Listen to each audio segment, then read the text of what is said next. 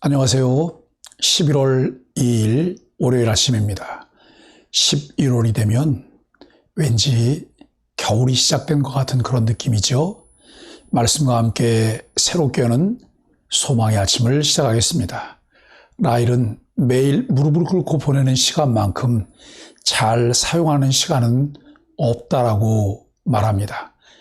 사도행전 1장 12절로 26절까지 말씀을 본문으로 해서 함께 약속 성취를 기다리는 간절함이라고 하는 주제로 은혜를 나누려고 합니다.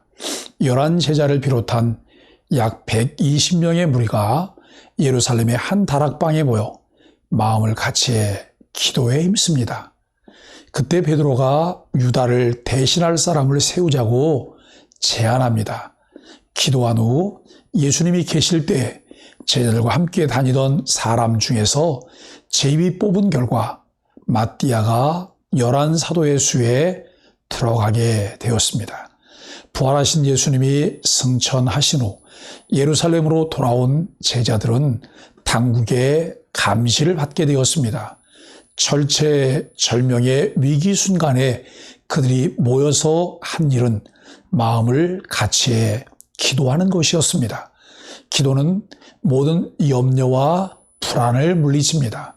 그들은 위대한 일을 착수하기 전에 그리스도를 전파하기 위해 보냄을 받기 전에 무엇보다도 기도하는 일에 시간을 바쳤습니다. 영적 승리를 위한 최상의 선택은 기도입니다. 하나님의 위대한 일들 배후에는 기도가 있었음을 알 수 있습니다. 예수님이 승천하신 후 제자들에게 가장 시급하고도 중요한 것은 기도였습니다. 11 사도를 비롯한 예수님의 가족과 제자들 약 120명은 예수님 명령에 순종해 예루살렘을 떠나지 않았습니다.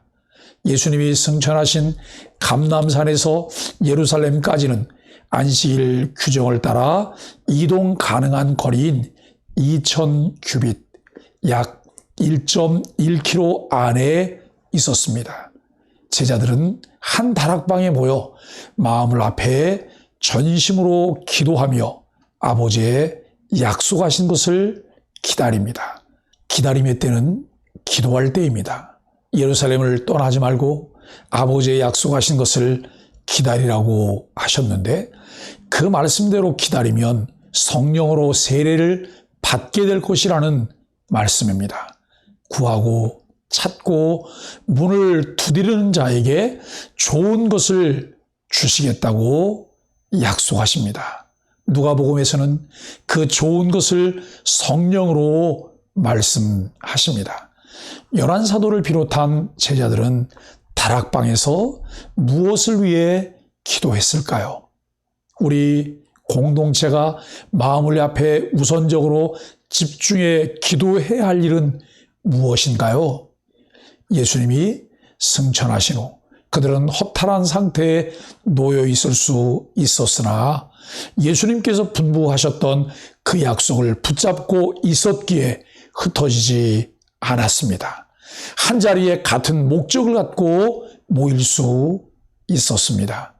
예수님께서 십자가를 지시기 전에 여러 차례의 고난과 부활을 예고했지만 제자들은 그 말씀을 마음에 담아두지 않았습니다.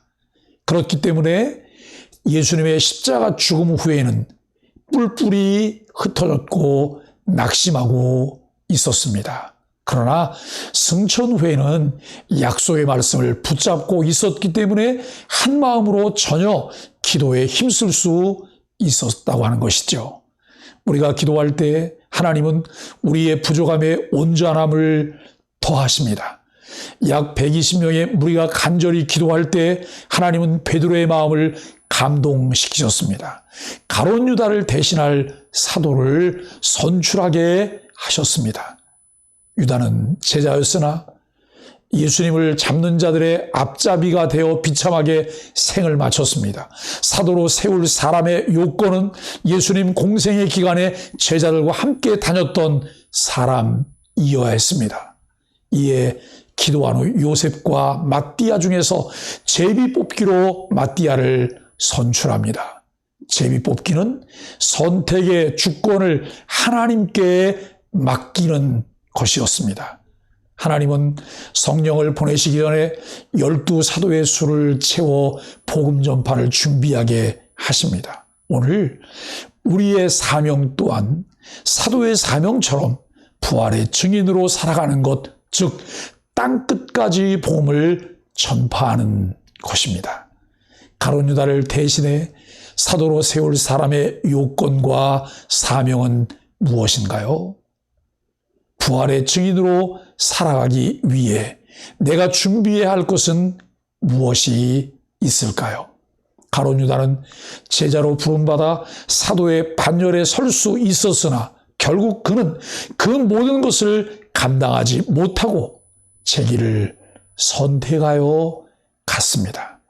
봉사와 부활의 증인의 삶을 위해 지체하지 않고 하나님의 뜻에 합당한 사람을 선택하여 그 직무를 대신하게 하셨습니다.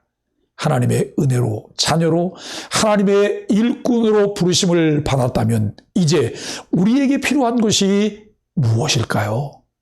예수 그리스도와 함께 정과 욕심을 십자가에 못 박고 매일매일 성령으로 사는 것을 배워야 합니다. 헛된 영광을 버리고 서로를 존귀 여기며 하나 되어 하나님의 뜻에 합당하게 살아야 한다는 것이죠. 약속의 성취를 믿고 기다리며 간절함으로 성령의 강림을 기다리던 제자들처럼 주의 재림의 때를 기다리며 부활의 증인으로 예수 그리스도를 증거하기 위해 겸손함으로 기도하며 준비하는 소망의 가족들이 되기를 주님의 이름으로 간절히 축복합니다. 날씨가 추워지는 11월입니다. 옷깃을 여미시며 건강관리 잘 하시고 더욱더 성령 안에서 활기 있게 감사의 달을 시작하며 감사의 날을 통해 하나님께 영광을 돌리시게 되기를 바랍니다. 함께 기도하겠습니다. 기도와 성령의 도우심 없이는 아무것도 할 수 없는 연약한 존재입니다. 영적인 일이든 일상의 일이든 모든 일에 기도가 우선되게 하시고 주님의 뜻과 길을 깨달아 순종하게 하소서. 오늘도 누구를 만나야 하며 어떻게 일을 진행하면 좋을지 인도하시고 성령의 지혜로 함께 하소서.